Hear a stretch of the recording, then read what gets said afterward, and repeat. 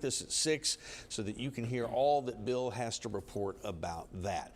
I knew it was warm today. I didn't realize, though, we'd hit that record until you said that earlier. 96 and beat the old one by 1. You know, it fluctuates. There's a lot of variability with the weather come October in this part of the world. Another really neat thing that people are seeing is this comet. It's Tsuchinshan Atlas. This one, a great picture from Uvea Marina Frost. You got the kids in the foreground there. They're pointing out in the distance. See it? That's the comet right there. And the bright looking object to the left of the comet, that's going to be Venus if you're out and looking around for it this evening or any of the next, several days. It will be out there. 92 degrees, air quality's moderate. We've got sunshine, southeasterly wind, about 10 miles per hour. There is a front over the eastern half of the country. This is going to hang out, and a reinforcing front will push it more to the south come Wednesday morning. And we've been advertising this as a backdoor cold front. The reason for that has to do with the way the troughing and the upper level winds is unfolding. A big one, big U shape in the upper level winds in the eastern half of the country. And with that, the fronts, the meat of the fronts is moving toward the southeast. So as these continue to move to the south, it'll move in our direction from out of the northeast, which isn't terribly common here. It happens from time to time, has to do with the way those troughs are moving in the eastern half of the country, but it'll come in from the northeast. The winds will be pretty strong on Wednesday, 15 to 25, some gusts approaching 35 miles per hour.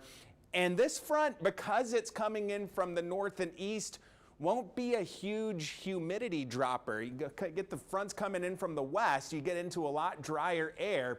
But out of the northeast, humidity does take a little hit Wednesday, but it comes right back into Thursday, Friday, and the weekend. And because of that, overnight lows will not be terribly cold. We're going to stay in the mid to upper 60s for the remainder of the week, and then into the weekend, closer to 70 for the overnight lows. But look at the temperatures, closer to seasonal average on the highs after the mid-90s headed our way tomorrow afternoon. We've got two areas of possible development, one over Central America. The higher probability system is Invest 94L. High pressure will suppress a north movement at least to the northern Caribbean or Bahamas. I'm not overly concerned about this at this point. We're starting to get these fronts coming through here, so we'll pay attention to it. It is still hurricane season, but again, with the front coming in and high pressure over the Gulf in the longer term,